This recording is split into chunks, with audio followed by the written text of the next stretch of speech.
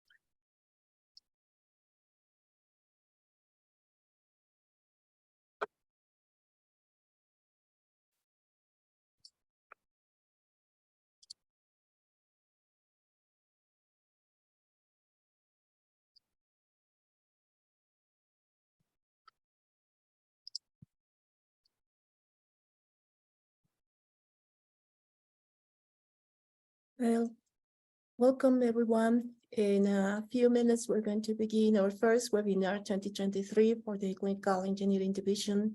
And in this year, we have very exciting activities to share with you, to do with you.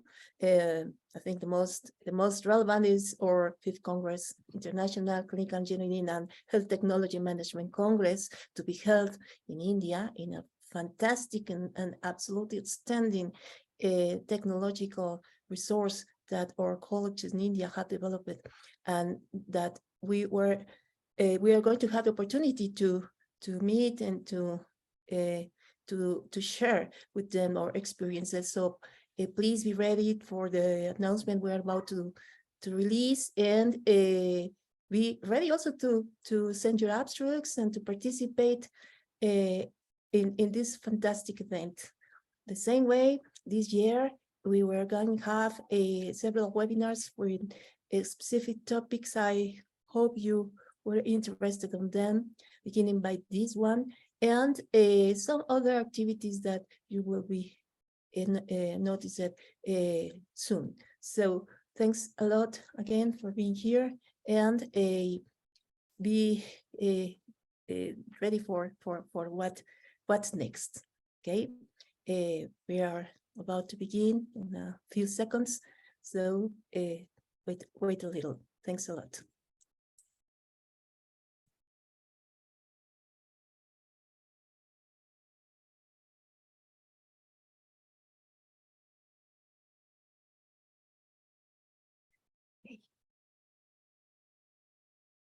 Well.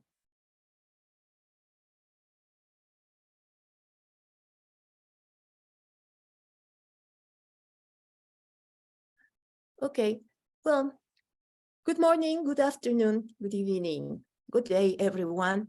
Welcome to our first 2023 webinar series on the Clinical Engineering Division. I am Fabiola Martínez, CED Chair, and I'm very happy to share with you this opportunity to begin dealing with some important topics that are the concern of the clinical engineering community, and will be shaping the scope, the picture of the future on our field. This time, we are going to organize our webinars into general topics and a set of 3 specific subtopics of each general ones during the year, beginning by clinical engineering under different perspectives. This time, we are going to talk about entrepreneurship as a very important topic to be developed by the community and to know more about how to perform, how to proceed. Yeah, and in this time, this opportunity, we will count with 3 experts and the direct experience on entrepreneurship, and I'm going to introduce them first so we can begin our presentations. First one is Engineer Luis Fernández, graduated as a biomedical engineering from Universidad de Monterrey in Mexico. Luis has over 10 years of experience in clinical engineering, medical equipment quality assurance, and entrepreneurship in healthcare field. He's currently CEO of Think, a startup focused on the development and distribution of clinical engineering focuses CMMS platforms. He's the president of the Innovation Committee of the Mexican Society of Biomedical Engineering and digital project manager at the IFMBE Clinical Engineering Division, and a close collaborator of us for a long time. Welcome, Luis. We also have Lelja Gurbeta Pokvić, with a bachelor's and master's degree in electrical engineering. Lelja Gurbeta has a PhD in genetics and biomedical engineering from International Board University in Sarajevo, Bosnia and Herzegovina. Lelja Gurbeta is experienced in research and innovation and has more than 8 years of experience as a project manager, overseeing operations and leading teams. Dr. Lelja has an in-depth knowledge of medical device regulatory framework and management. She is currently director at Berlab Research Institute. Welcome, Dr. Lelja. Thank you, Fabiola. We also have the presence of Dr. Almir Badnjević, graduated with a PhD in electrical engineering from the University of Zagreb in Croatia. Since 2008, he has gained experience both in business and academic areas. Along with his team, he established the first bachelor, master's, and PhD degree programs of bioengineering in the country. He also worked for 6 years in the medical device industry in the field of respiratory technology and blood gas analysis. In 2014, Dr. Almir established one of the most equipped laboratories for the testing and inspection of medical devices in Europe, named Berlab. This laboratory is reference national ISO 17020 accredited laboratory for the annual inspection of medical devices. Welcome, Dr. Almir. Happy to have you. Thank you very much, Fabiola. Thank you, and best wishes to all of you. Thanks a lot. Well, let's begin with the topic. I'm going to share with you as a brief presentation where I want to introduce your topic. What's clinical engineering, entrepreneurship in clinical engineering? Okay. Well, we may find some definitions of the concept of entrepreneurship. Most of them focuses on the application of business principles and practices to the field of, in the case of our interest, to the field of the clinical engineering. We may find different aspects of entrepreneurship, for example, developing new products or services, or we may do entrepreneurship by starting a business or consulting practice, or even implementing innovative business models. Yeah, some examples of this, for example, in developing of products, we may find medical devices, we may find software systems, yeah, and we may find apps, among many others, right? Even though apps and software are the most important recently developments focused on new entrepreneurs, medical devices market is marking the trends in the present and the near future of the healthcare technology field. So that's important in the development of these new products. In services, we may find a business specialized in equipment maintenance, service repair services, even those services that are focused on the delivering tools for the easy of these functions in the clinical engineering departments in the hospitals, as we are going to see in a few minutes. We also may find in implementing these business models by developing cost-effective programs to manage equipments, or creating systems that analyze data, the big data, to track and be used by medical devices. This is a very important trend, and it is an opportunity to develop entrepreneurship. Even though implementing technology and remote patient monitoring systems continues to be one of the most prevalent kind of opportunities to develop business. So as you can see, we have a broad scope of the possibilities to be entrepreneur in medical devices, in the medical field, and as clinical engineers. Okay, we have more opportunities, for example, by being consultants on different aspects of around the medical devices, concepts and uses and applications. We may find opportunities related to legal services, the same way around the medical devices topic, and as you know, digital health as the most prevalent, most important trend to be developed in the near future. So in these three also more opportunities, we may find management, implementations, assessments of medical devices, of systems, integrative systems, and as you know, artificial intelligence paradigms becomes a key actor in health. So the developments, the opportunities to develop business in this field are amazing and are very, very huge.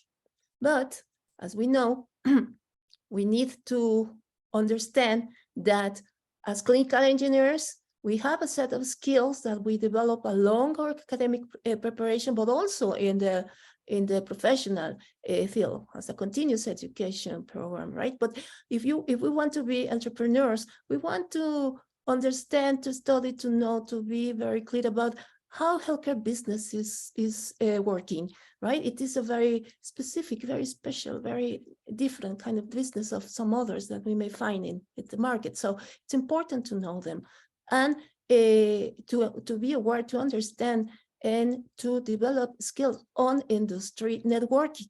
As we will see in the examples of our experts, it's very necessary to develop and nurture relationships with the industry in order to find the path to organize, to raise a business and to continue on the road. So clinical engineering as entrepreneur needs to meet all these aspects among many others, right? And well, another aspects that have to be taken into consideration is that making business in health as well as making business in any other field takes time and resources, and very important factors. Yes, we need to understand and to be to master the resilience to the local, regional, and global changes. More than ever, we have been witnessing these changes in the world at these different levels. And if we want our business to survive and to continue working, we need to understand, to go ahead to these trends and to react in resilience for the good of ourselves and our business. The same way we have to deal with regulatory and funding affairs. Yes, I hope our experts will comment on these issues importantly, because they shape the big picture of the entrepreneurship in clinical engineering, and we are going to deal with them in this path. So we have some questions to think about. Yes, these are not questions to be solved now in this webinar, even though these questions are not going to be asked during the short term, but they are questions that I put on the table that it's important to consider. So for example, what is the particularity of being an entrepreneur in health? I said before, healthcare is a very special kind of industry, if we may see that way. And it is it has particularities that we must know and we must understand quite well. What are the challenges that we face as clinical engineers if we want to be entrepreneurs in today's healthcare market? It's very important because we may study the trends of the past, and we may find some patterns that we even may anticipate on. But after the events that we lived in the past 2 or 3 years, we found that these trends, these patterns are not going to be the same. So we must identify these challenges we are facing now if we want to go through this field of entrepreneurship.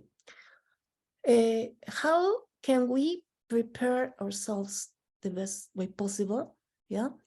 To be entrepreneurs. I comment some points of the specific viewpoints that we must meet, but they are not only the only ones. So we must find these ways, yeah, to be best prepared to get into the entrepreneurship field. So what will be the best way to prepare, right? Funding is a focus, is a key factor that lets live a business or not. So how can entrepreneurs in clinical engineering secure funding and support for their ventures? Yeah, what is the best strategies for raising capital? Yeah, it's not as easy as it seems, but there are ways, there are strategies that we may learn so we can go through this. And finally, some questions, yeah. How do clinical engineering entrepreneurs navigate the complex regulatory environment? Yeah, we know we have regulatory barriers sometimes, as local, as regional, and national, and the global levels. So we must be aware of that, and we must find the best way to deal with it. So how can we do it? How can we ensure compliance with these laws and standards in healthcare industry, and knowing that they are changing? Yeah, they are continuously changing. So some questions that I put on the table for you to reflect, to think about. And with this, I will let the floor to our entrepreneurs. Let's hear our entrepreneurs. Let's begin by leaving the floor to Luis Fernández. So please, the floor is yours, Luis. Welcome. Hello, Fabi. Hello, everyone. Thank you very much for your presentation. And I'm going to share my screen. Let me see. Can you see my screen? Yeah. Excellent. Well, thank you very much for your invitation, Fabi, and for everyone's assistance. I hope that this webinar is of much interest of everyone. And please, we will be waiting for your questions and answers through the questions and answers module or function through Zoom. Please make sure to place your questions and answers there, since sometimes it's very hard to access the questions in the chat. So my participation here will be about mainly telling you about what we've, as a team, been handling throughout this entrepreneurial journey. So we basically created a prototype to solve a problem we had, and then we realized that others had the same problem, and we just had fun throughout the process creating a company. So let's get to it and deconstruct what we did almost 5 years after doing so. So being an entrepreneur and having this entrepreneurial journey is really all about the scientific method, according to Galileo Galilei. As you might know, an experiment needs observation, investigation, hypothesis, experiment, analysis, and conclusion. And being an entrepreneur and having a startup and creating a company, it's very much about the same process that we've been taught during our school years, and it's been really in front of us the whole time, because creating something is really an experiment. Assessing a necessity, detecting an opportunity, and having an idea and believing that this opportunity will eventually solve a problem is really thinking about a hypothesis, right? So we think that if we deliver something, being a prototype or being a product or a service, we will generate value. And there's an author that is called Eric Rice, who wrote a book about how the lean way that the Japanese car manufacturers have developed. He adopted the scientific method and built it into a book and into a methodology that's called the Lean Startup, which is really much summarized into build, measure, and learn. Having all of these three words into the entrepreneurial journey is really talking about the scientific method that has been discussed over the past years. And this is exactly what I faced when I started my journey. So I was working for a company back then, and I was hired to assess the medical equipment. Not assess, but I was hired to create the medical equipment inventory for a state, for the general hospitals of a state here in Mexico. So I went physically to around 15 to 20 hospitals, and I went with a computer, a spreadsheet, and as you all or many of you know how to do a medical equipment inventory, I had to detect the brand, the model, the series number, and then write it down on a computer alongside with other data, right? So what I had to do is basically build a bunch of spreadsheets in Excel. So there was I just, this was kind of on my face when I realized that I had made a lot of mistakes while registering a lot of medical equipment and making a lot of mistakes with Microsoft Excel. Because when I wanted to know how many devices I had over one brand, I realized that Draeger as a brand has numerous ways of writing it down. So there's no universal way of writing it, because there's been so many ways of writing Draeger, that with the double G, with the two dots over the A, with one G. So there's a lot of combinations. And then I just realized there has to be something that I can do to standardize the way that we call medical devices. So I just thought to myself, we need to create a software that we can, I need to, let's say, use the software first, not create. So I started looking for providers and started assessing the solutions that were already developed. So started to assess the scope, seeing what I needed, what I needed the software to do, then started looking at price, then focused on the language part. And I realized there that they weren't many options. So language, of course, there are a lot of CMMS softwares out there, but language, Spanish speaking, there are not so many. So there was my idea where I thought, hey, so why don't we build one? How hard could it be? So I just took a big sheet of paper and I started drafting things out, not knowing a thing about software. I just thought that from this button, if you click here, then you will have this window pop up. And then because I knew how to manage medical equipment, I knew the end result. So I started basically going from the end result back.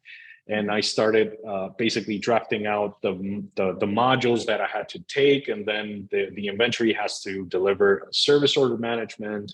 And then service order management has to deliver tickets. And then the tickets need to deliver this and this and that. And then with that, I started assessing the numerous problems that managing Excel spreadsheets had. And with that, I started creating processes alongside with some of my teammates. And with that, we have the first prototype that we had developed with the help of an IT company. So that was kind of like the way that we delivered our first prototype, because we were having a problem ourselves. So in this stage, we really didn't believe that we were creating something to sell or to create a company. We were just creating something because we needed a tool to fix a problem that was really a demographical problem, a data problem, because we had too many terms that really didn't generate pivot tables or something that generated data for us to know how many devices we had of certain brand or whatever. So we started to test it out first on private hospitals, then on public hospitals, then on small clinics. And with this, we started iterating the product and started building more according to what Eric Rice said, the build, measure, and learn curve. And with this, we started thinking, hey, there's a bigger market outside, so this could really work. And having a product ready, we started looking for help because, of course, there was too many things that we didn't know at the time. Cybersecurity was a very, very important part. The IT part, we didn't have anybody inside, so we needed to get IT people in, but we didn't need it. We didn't have any money, so we needed to raise money.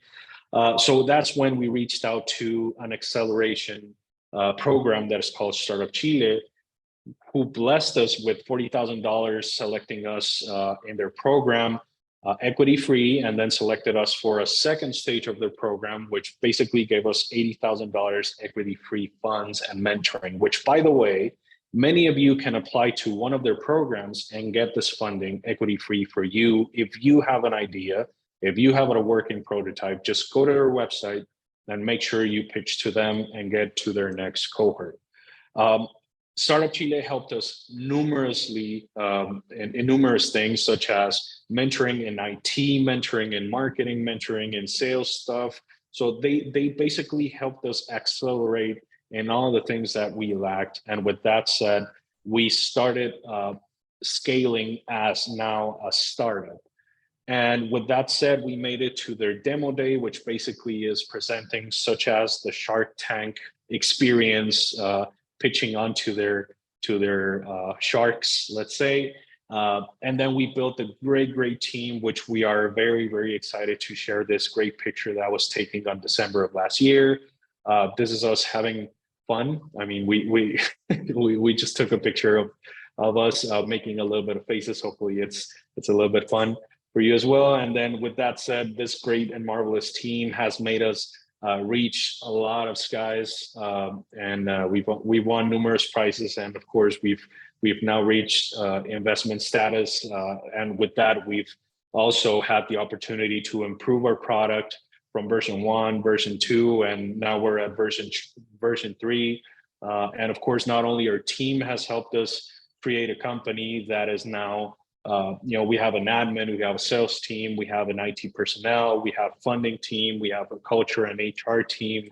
And of course, not only them, but also our customers that have had the vision and the patience to provide feedback of our software, of our pricing, of our customer success, of our customer support, has believed in us and has helped us improve. We know that we are not a company such as Microsoft or Oracle, et cetera, but believing in your fellow clinical engineering colleagues and believing that we can also help others create great things will eventually help them and help us become those companies or great as those companies as well. So there is much to know about the funding process. So we've currently raised funds from investors 3 times, and here's a brief summary of what investors want to know. So they want to know about your total readiness level, the business model, how much traction you want, you're not want, but have to this day, the founding team, the current customers, how much are you asking, and what future markets you want in order for them to be able to sign an agreement for investing and then transfer the funds as you speak. So it's really not only about making a presentation, it's about doing research on all of these topics and being prepared to answer any questions regarding these topics. Almost done now with my presentation. This is a small picture about today's results. We have now a great platform as an entrepreneur or as a startup of clinical engineers and system developers, software developers that is already developed in a web app and also on a mobile app. And also the valuation results speak for themselves. We started off in 2015 worth $0, and now we're a $5 million company in the end of 2022. To be part of the management team, as you can see, you have to be named Luis. No, just kidding. This is a big coincidence, but we are a group of clinical engineers and software developers that are focused strictly on improving the lives of patients through the help of IT technology and also a great board of advisors.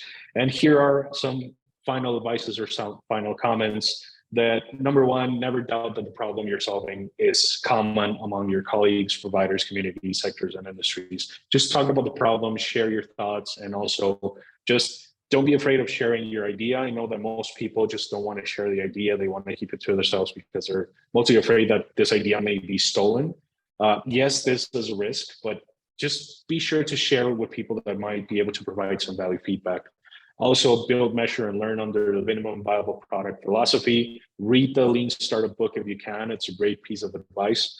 Then you don't need to know it all. Please surround yourself with people that can add to your skill set and experiences. Consider enrolling in an incubator if you have an idea and want to deliver a product. And if you have already a product and you want to scale, consider going to an accelerator. Here's a great piece of advice. If at the moment of launching your product or service, it's not embarrassing experience, you waited too long to launch. This is a great piece of advice, and hopefully it will make sense to you as well. Something very important is take care of your physical and mental health. It matters. Being an entrepreneur is very, very hard. It means a lot of hours of work, a lot of sacrifices to be made from both yourselves, your family, and your loved ones. So please take care of that as well. And last but not least, just believe in your product and your project, transmit it, and just know that you're not crazy there. And if you are, there's many other crazy people like you, for example, us. So that's all. That's a brief summary of our journey. Hope you liked it, and sorry for the 2.5 minutes that we went over. Back to you, Fabio. Okay, thank you, Luis. Thank you so much for your presentations. We jump up to the next presenter. At the final, we may have some time to comment. Thanks a lot. Okay, now I would like to invite Dr. Lelja to present. Please, welcome, and the floor is yours. Thank you, dear Fabiola. Hello, everyone. Hello, everyone. So sorry for staying with the camera off, but I'm currently going through some flu, so I hope that you will understand that. Thank you for the opportunity to be present today here and share my experience. I wanted to talk about women empowerment for starting and growing career in clinical engineering following my experience. Actually, when I started in the field of biomedical engineering or clinical engineering, this wasn't so popular here in Bosnia and Herzegovina, and it took a lot of effort to build actually a career in this field nowadays, and to establish international collaboration and international networks. So as Luis finished in his presentation, that was a really good message to all. If you believe in something, if you trust in something, then just keep on going, and you will find people to do so, to build your ideas. So here are little snapshots from what am I doing as a clinical engineer. I actually started from the medical device inspection laboratory, developed under a legal metrology framework here in Bosnia and Herzegovina. And I started there as a volunteer and progressed in my positions, mainly working in developing the methods for inspection of medical devices. And nowadays, I have numerous publications in that field, books, journal publications, conference publications, and so on and so on.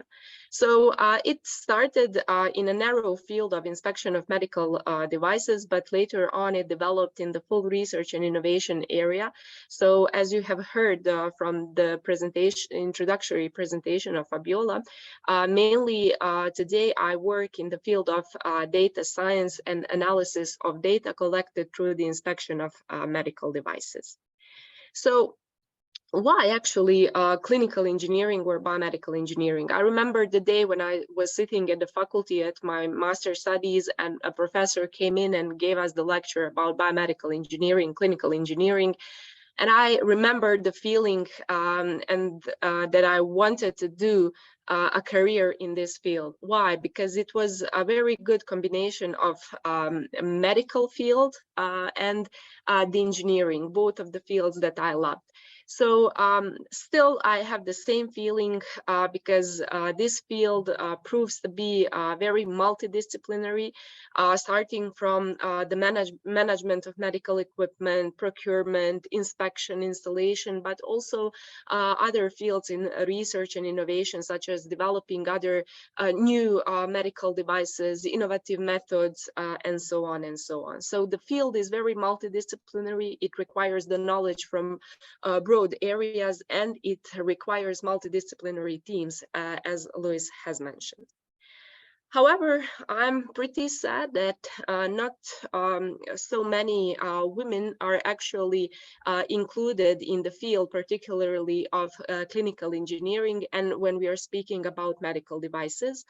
I would say that education in STEM is a prerequisite for building a career in clinical engineering. So you can see that according to the World Economic Forum's annual Global Gender Gap Report from 2021, actually only 12.4% of women graduates preferred STEM disciplines.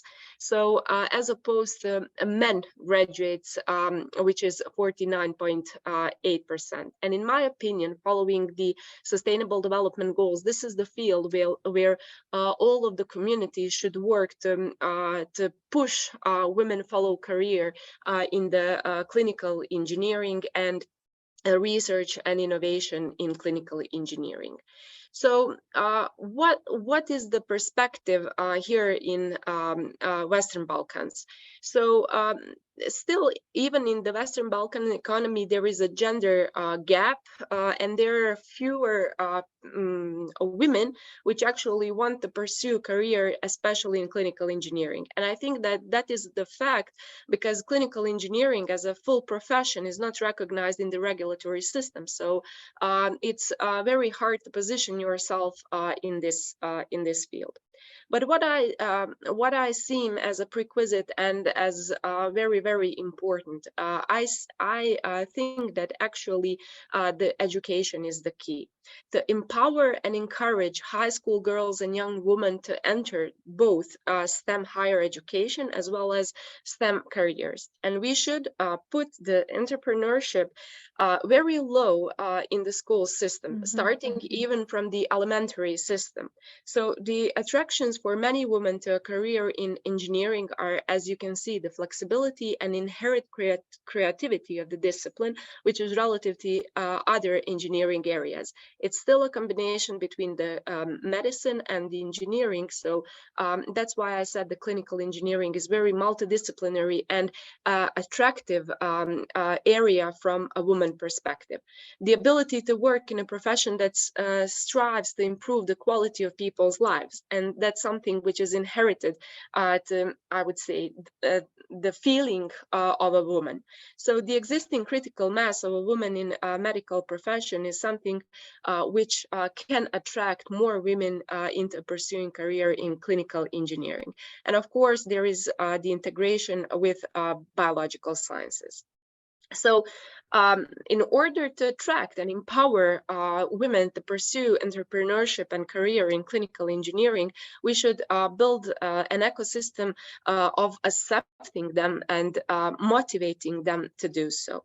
There are some examples actually from other fields, how good leaders motivated women as a professionals to seek career in biomedical engineering, and that is, as you can see here, through a continuous campaign to encourage and motivate women and girls to pursue STEM, building an entrepreneurship ecosystem. So you can see an example in 2016 by National Institute of Biomedical Imaging and Bioengineering, which was committed to supporting women in their careers.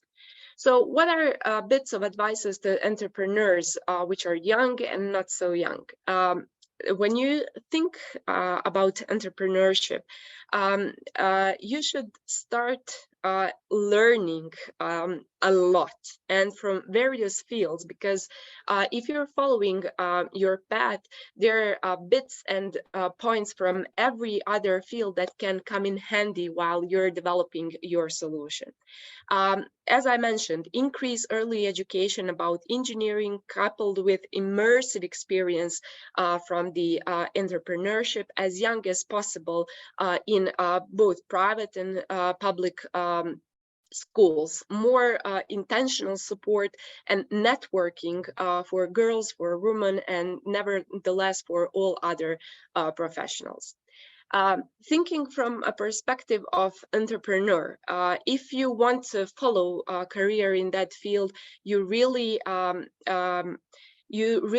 first need to identify the leader that you want to follow, just to get inspired and not to take advices from everyone, because we are living in time where there is tons of informations online from various sources. So it's very tricky and complicated to filter everything out, and you at one point can feel overwhelmed with the variety of information that you're collecting.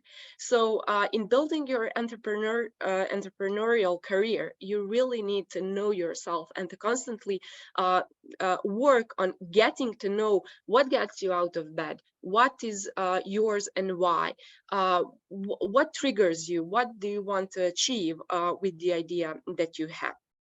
Another good advice is to be super clear on your values. Well, values are mentioned a lot. They're mentioned everywhere, and they're mentioned for a reason. Because for an idea to succeed, you need to believe in it, and you need to develop a core values around which you stay and stand, and which you advocate wherever you go. And of course, every successful entrepreneur, at least which I know, have a good definition of life, success, and happiness, and real work-life balance, which is very, very tough to achieve nowadays. So not letting surrounding friends, family, and culture that determine what the core life pillars mean to you. And of course, as an entrepreneur seeking the career in clinical engineering or any other field, good networking and collaborations are essential for building a career and building the products, as you have seen in Luis's presentation. Good idea and good network. So I'm really proud that I can invite you all to Sarajevo in September 2023. For a conference, international conference, Medicon and IFMBE-CED. It's a joint event, and we are building a community of clinical engineers over here. So thank you very much for your attention, and I'm gladly receiving questions through Q&A.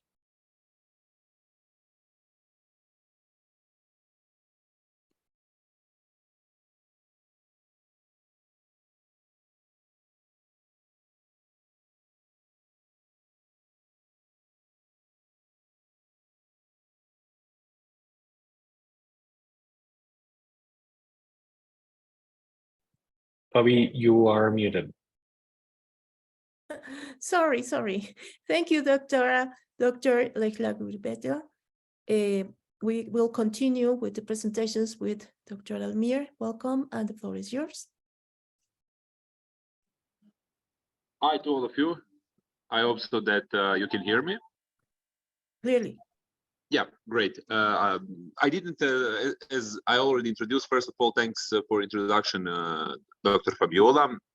I didn't prepare any presentation because I know that other people will have presentation.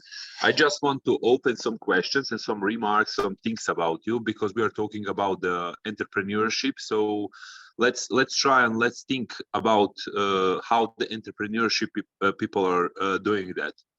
So, for example, I'm sure that most of you are very familiar with the medical devices, and I'm sure that most of you know what is in fact the post-market surveillance of medical devices.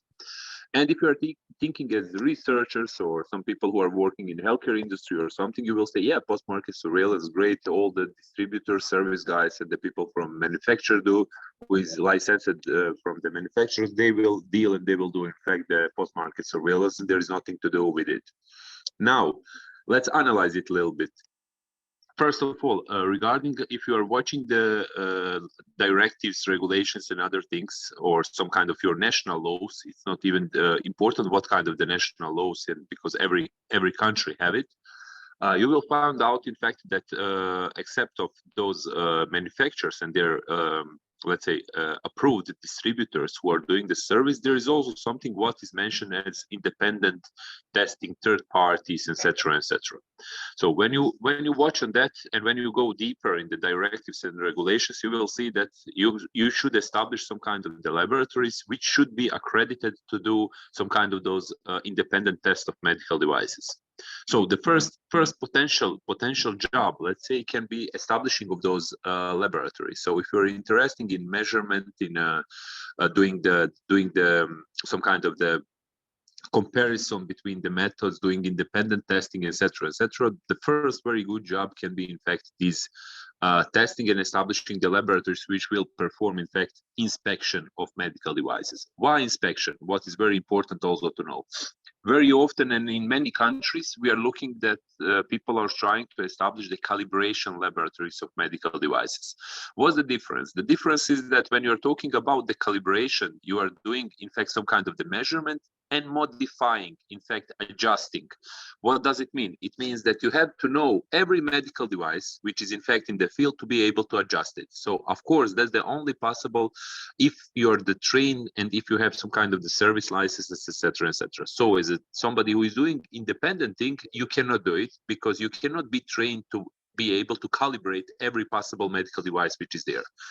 But if we are talking about the inspection is just a measurement and comparison between the values. So you are not modifying anything, and every medical device, in fact, is, let's say, black box for you, which has some kind of the output values outside.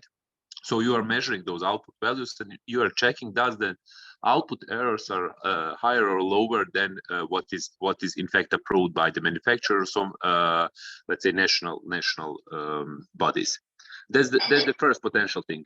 The second potential thing where you can do when you are measuring it, you are also generating some kind of the data. And with all of those generated data, you can play with it. When I say play with it, I don't think, let's say, to play with a kid, but if you are like data, you can play as a kid with those data, because if you measure it very accurate, and if you are doing it on an accurate and precise way, you are in fact able to use those data to predict some kind of the failures, to predict the maintenance of medical devices, and in fact you will decrease the costs, and of course you will increase the diagnosis and treatments of it.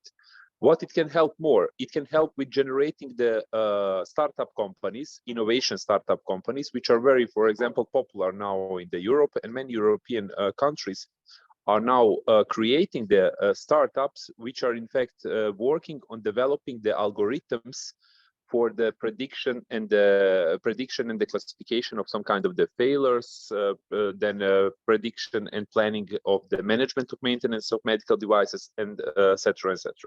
That's one case. The second case, we are in many countries are in fact suffering now also with the air pollution. And for example, here in Sarajevo, we have a very huge problem with the air pollution. And when you look at that, most of people are talking, in fact, about, okay, let's stop with the cars, let's stop with the heating, etc., etc. But in fact, when you look again from entrepreneurship, there are few points. The first point is in fact the mapping of that space, and the second point is in fact, which is connected with the first point, is in fact the placing and installing the measuring units.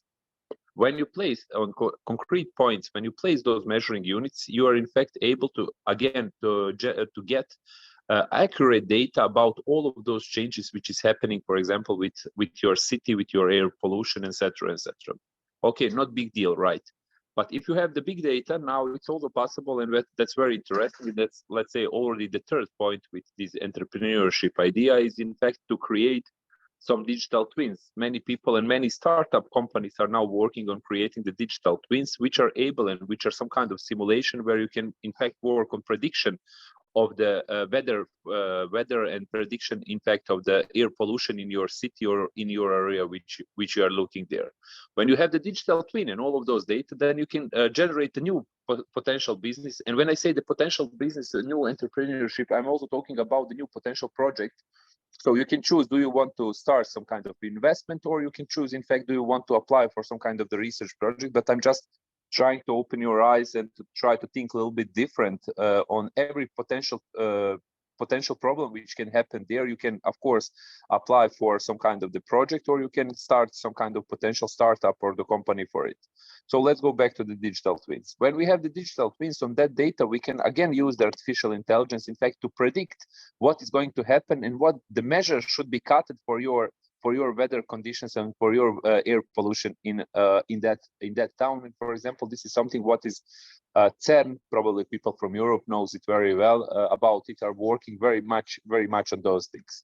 And then, of course, to be very interesting and connected with the healthcare industry, and especially with the healthcare institution, is in fact how to connect all that change in air pollution and how to make some kind of correlation together with the for example, COPD, asthma, cancer lungs, etc., and even much more deeper if we go diabetes and allergies, because air pollution is very affecting all of those diseases. And then if you are following how your measures and how your actions are acting and how they are affecting, in fact, decrease, or I hope so not increase, of those diseases, then you can talk about direct correlation and direct application of all of your work. So I gave you, in fact, two different applications. One is definitely related to clinical engineering the whole time. The second one is from, let's say, from the half related to clinical engineering, from those correlation. And you can see how you can, in fact, make different 5 or 6 different startups which will do different things, or how you can, in fact, generate 5 or 6 different research, innovation, or any kind of other project where you can apply of it. Of course, this is just some, let's say, some ideas, and this is also something what is achievable, what we are already doing, and this is just something for you to, let's say, to go from, especially if you are in, let's say, at university level, you should unbox yourself. You should go outside of the box, and you should look a little bit wider in every problem which is currently present in our world. And I'm sure that you will, through the project and through the different kind of investment, you will be able, in fact, to achieve it, and you will be able, in fact, to contribute to the solution of it. That's all from my side. Thank you, Dr. Almir. Very interesting comments, very interesting points of view that you have shared with us. So, well, now we have time for questions and answer sections and some other comments to discuss from the presentations of our panelists. I would like to begin by letting my panelists to respond as they decided to some of the questions. So please, Luis, you wanted to answer some questions live, so go ahead. Thank you, Fabiola. Yes, I will answer 2 questions, one from Roberto Ayala. Thank you very much.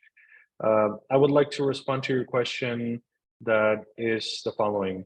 When doing the marketing plan for your companies, how important, useful do you think is to highlight that the entrepreneurs are biomedical or clinical engineers? This is actually very important, and it's a great question because a marketing plan, I see it as, it depends on the objective that you want to reach. So for example, a marketing plan, if you're trying to reach more customers, so if you're trying to reach more sales, actually addressing that you have some clinical engineers or biomedical engineers in your company highlights that you have knowledge related to the field of expertise that you have.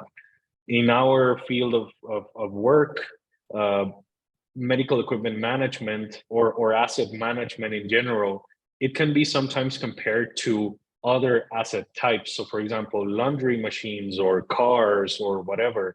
At the end of the day, most of these are assets as well. They're just articles that need to go into an inventory and they need to be managed and receive maintenance, et cetera, et cetera. But I believe that over 90-95% of this webinar's attendees all know that this is at the end, medical equipment is not the same as having laundry machines or cars or whatever. There is a percentage related to the patient's risk that is a little bit more concerning than just a regular risk that we live in a day-by-day basis, at least in my professional opinion, of course. So it is quite important on my side. On the other hand, if you're addressing a marketing plan for investor research, for example, if you want to raise money, let's say $200,000 or $500,000, and you're looking for investors, this is more important actually, because investors will want to know that you have the right knowledge in place to develop and improve the product that you have. So as do they know that the money that they're going to put in is going to be well assigned and well improved, that is going to be basically put to action. So that's that would be my answer. And Fabi, do you want me to respond to Rosana's question as well? Please, Okay. please do. Thank you. Rosana, hello. Hope that everything is going well in Peru. My prayers are with everyone there in Peru because of the situation. And I'm going to read your question. The budgeting used to be a remarkable challenge to create a startup. Would you share an insight about it? Nice presentation, Luis. Thank you very much, first of all. This is actually very important because clinical engineers, biomedical engineers usually don't receive financial education within their college plan. So this is extra important. If you want to if you want to go into a startup, you have to have the basics of finance or administration, at least. Budgeting is very, very important. Where you allocate the money, how you're going to use it, and the projections. It's very important. One of the most relevant topics I would like to suggest for future or current entrepreneurs is the use of a cash flow analysis tool. This, I believe, is my breakfast, my supper, and I mean, it's the tool that I use basically every day, where I assess, well, how much money do we have, and how much money are we going to spend tomorrow, on 1 month, on 3 months, on 6 months. So it was challenging at first, but I believe it wasn't as challenging for me as for other colleagues, because I had the privilege and honor to study an MBA before I became an entrepreneur. So I had some type of fundamentals before I went on to this. Of course, there is always room of improvement, but we also have a privilege of having 2 key people that understand this in the team, and this is where some of my end conclusions come in place. If you believe that you don't have the skill sets, you could always invite some of your colleagues or some experts from the outside that maybe studied another career to join your initiative as well. In our case, there's 2 persons, very, very key people that have actually 2 careers. One of them is our admin, who is a biomedical engineer and also a finance she has 2 careers. Her name is Gisela Serrano. Financial, I don't know, she studied finances. And the other one is Luis Gonzalez, who is a software developer and also an accountant. So them 2 have taught me really amount of things, and that is an excellent also example on how you can make a great team with great people that can just add up to your initiative. Rosana, answering your question in short, it would be a skill sets that is normally not developed within the biomedical engineering curricula, but is highly important, because when you're a startup, there is an enormous amount of uncertainty that needs to be addressed. And financial, of course, is one of them, because first of all, you have to eat as an entrepreneur, and of course, your colleagues have to eat as well as entrepreneurs, because nobody's going to work for free forever. And number 2, each of us and every entrepreneur has its own personal plan. You know, some of us want to get married, want to buy a house, want to have children, and being an entrepreneur shouldn't be in the way. It should also be part of your personal life, if that's the case. So that would be my answer. Over to you, Fabi. Thank you, Luis. I'm going to go through some comments that are on the sections that I consider important. So we will continue with these sections. From Nasum Hassan Mehari, he says, relevant topic, In our country, many women biomedical engineering graduates felt interest to become clinical engineering professionals. They are waiting to do study in abroad. Could we get that scope at minimum 25 candidates to provide MSc or post-diploma in CE through a scholarship? I think it is possible. There are many programs in different places that we all may apply. We may do some research so we can put the availability on this in some or media, so you can reach them, and people interested could apply if they wish. And the other comment from the Zoom is, please think about LM&Cs to produce clinical engineers. Me, Dr. Anwar from Bangladesh, Clinical Engineering Association, Bangladesh. Please make scope of Bangladesh to do practice. CEHTM, of course, we're taking into account your comment and we will work on this. Thank you, Nazim, for your comments, for your inputs. Rosana Rivas are questioning some, have a question for Lelja. Dr. Lelja she's answering at the chat. So please read it, the answer in the chat. Thank you, Rosana. Saying Barnasar, I am biomedical engineering graduated from Cairo University 89. I want help to get consultant and prepare PPT for this, and I want someone to review the project with me. Please contact us if you wish some assistance. Thank you. Okay, there is a question for Almir, but I think Dr. Lelja can answer this. Hey, Almir, how can we get help to produce certified clinical engineering? We are providing training and they need certificates from CED and IFMBE. Okay, I'm going to answer that. The project of the credentialing that we are running from the last year is continuing, and we are in the next steps. One of them is to agree on what is the book of knowledge, book of practice that is needed for any a clinical engineer, and what would be the particularities of the region of the countries. In the meeting that we had yesterday with the boards of collaborators, don't just talk about this thing. I would invite you, Nazim, to review this video that will be available soon in our YouTube channel, so you can find some of the next steps we are doing into this project. Yeah. Okay.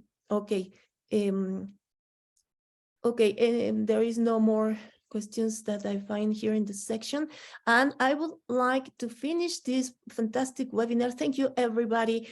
We are 102 assistants. That's fantastic for our first webinar 2023. Congratulations to all of us. And I would like to finish this webinar by asking my panelists. Unfortunately, Dr. Almir had to leave, but we have Luis and Dr. Lelja with us. So I'd like to ask them to share our final and closing thoughts. So I would like to invite first Dr. Lelja and then Luis. So Lelja, please. Thank you very much for the opportunity to share my experiences. As I mentioned, only if you're thinking about the career in entrepreneurship, first you need to know yourself, to have a good network, and then just sky's the limit. Thank you so much. Thank you. Thank you. Luis? Thank you. I do agree with what Dr. Lelja just said. Sky's the limit, and also don't be afraid. There is a step of becoming an entrepreneur that is basically the catalyst for every person, and that is making, let's say, the jump, or just just getting started, basically. And it's not easy. It takes a lot of courage to just say goodbye to the regular check that comes in every month. But it pays off eventually. If not pays off with money, it does pay off with a lot of knowledge that will help eventually through your career path. There is no year span on becoming an entrepreneur. So you can become an entrepreneur at any age. So don't be afraid, don't be ashamed of anything, not even your age. I mean, the older you get, with all due respect, of course, the more knowledgeable you get. So you can always provide more value through the experience that you have. So more value, it equals more change and more good things coming your way, and hopefully a lot of other people. And just remember that working in healthcare is all about providing value. If what you're producing can't be measured, I would say that is the main focus that you should address. Providing value at the end of the day is about saving lives, improving a process, saving money, reducing time. Just focusing on those things could really generate something. And I'm very proud to have shared a bit of my journey that represents really a team that has helped us throughout the way. Our customers are part of our team, our families is part of our team, and of course our colleagues and collaborators are part of our team. And thank you all for participating. I will leave my LinkedIn, and hopefully Dr. Lelja will also leave her LinkedIn in the chat box, so that if you have any further questions, we'd be happy to answer them on a more personal basis. Thank you, Fabiola. Thank you, Luis. And to close this seminar, I would repeat what our panelists comment on, that it is, you must know yourself and you must take care of yourself, because an integrate the complete whole of a person is the best way to face these endeavors and entrepreneurship at any project we have, professionally and personally. So please take care of yourselves. I am very happy to have you here. We will see you soon in our next webinar. Please be ready, for the next announcements we will have concerning our next events. Thank you for being here. Have a good day. Bye. Thank you all. Goodbye.